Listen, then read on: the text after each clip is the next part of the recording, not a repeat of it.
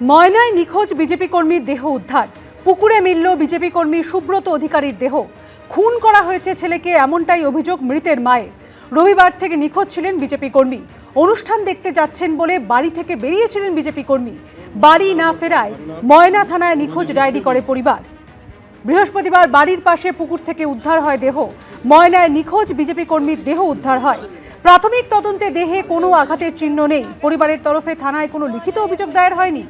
দেহ ময়নাতদন্তের জন্য পাঠানো হয়েছে। ময়নাতদন্তের রিপোর্ট এলে মৃত্যুর কারণ জানা যাবে, জানালেন পূর্ব মেদিনীপুরের ভারপ্রাপ্ত পুলিশ সুপার মিতুন দে।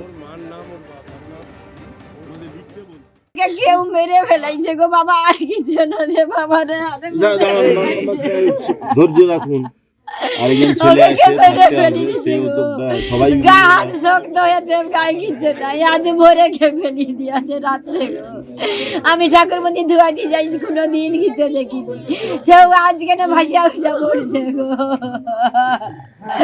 আগে পঞ্চায়েত আজ কদিন গেছে গো, কেউ গায়ে করেনি গো। রাজ্যে বিধানসভা নির্বাচনের আগে ভোট চুরির অভিযোগ তুললেন অভিষেক বন্দ্যোপাধ্যায়। পাশাপাশি বললেন, কংগ্রেস ভোট চুরি ধরতে পারলে বিহার, দিল্লি, মহারাষ্ট্রে বিজেপি জিততে পারত না। পাল্টা বিজেপি তৃণমূলের আঁতাতের অভিযোগ তুলে আক্রমণ শানিয়েছে কংগ্রেস। বিহারে বিধানসভা ভোটের সময় তথ্য পরিসংখ্যান সামনে এনে নির্বাচন কমিশনের বিরুদ্ধে ভোট চুরির বিস্ফোরক অভিযোগ তুলেছিলেন রাহুল গান্ধী।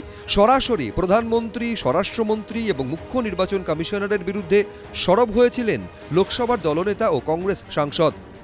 लोकतंत्र पर आक्रमण हो रहा है, अंबेडकर जी के कॉन्स्टिट्यूशन पर आक्रमण हो रहा है और डायरेक्टली मोदी जी, अमित शाह जी और ज्ञानेश जी जॉइंटली पार्टनरशिप बना के कर रहे हैं और इससे देश का बहुत नुकसान हो रहा है, भारत माता का नुकसान हो रहा है, डैमेज हो रही है। मेन मुद्दा वोट चोरी का है और एसआईआर उसको अब कवर अप करने का है और इंस्टीट्यूशनलाइज करने का।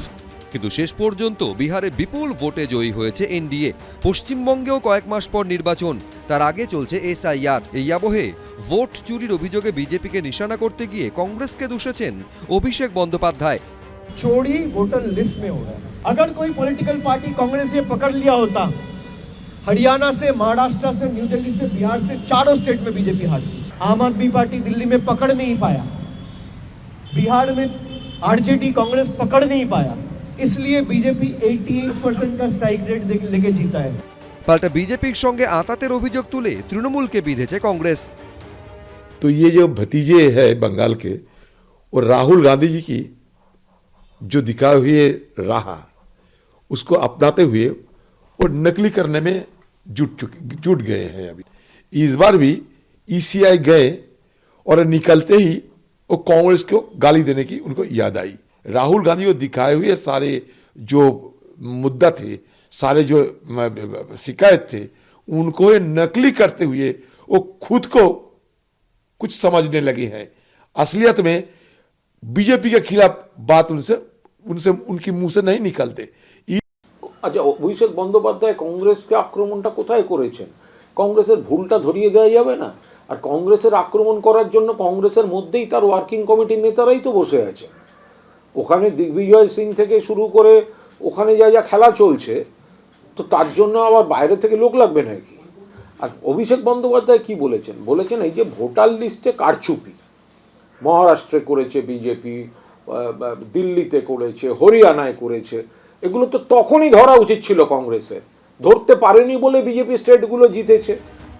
সব মিলিয়ে বিধানসভা নির্বাচনের আগে ভোট চুরির অভিযোগ ঘিরে তপ্ত রাজ্য রাজনীতি। আশাবুল হোসেন, এবিপি আনন্দ। বিধানসভা ভোটের মুখে দেশের প্রথম বন্দে ভারত স্লিপার ট্রেন পাচ্ছে পশ্চিমবঙ্গ। বৃহস্পতিবার রেলমন্ত্রী অশ্বিনী বৈষ্ণব জানিয়েছেন, 17 বা 18 জানুয়ারি হাওড়া গুয়াহাটি বন্দে ভারত স্লিপারের উদ্বোধন করতে পারেন প্রধানমন্ত্রী। আর এদিকে এই নিয়ে শুরু হয়েছে রাজনৈতিক চর্চা। চলছে এসআইআর এর শুনানি, তারপরই পশ্চিমবঙ্গে বিধানসভা ভোট। তার ঠিক আগে দেশের প্রথম বন্দে ভারত স্লিপার ট্রেন পাচ্ছে পশ্চিমবঙ্গ। চলবে হাওড়া থেকে বিজেপি শাসিত অসমের গুয়াহাটি পর্যন্ত। বৃহস্পতিবার রেলমন্ত্রী অশ্বিনী বৈষ্ণব জানিয়েছেন, প্রধানমন্ত্রী নরেন্দ্র মোদী বন্দে ভারত স্লিপারটির উদ্বোধন করবেন।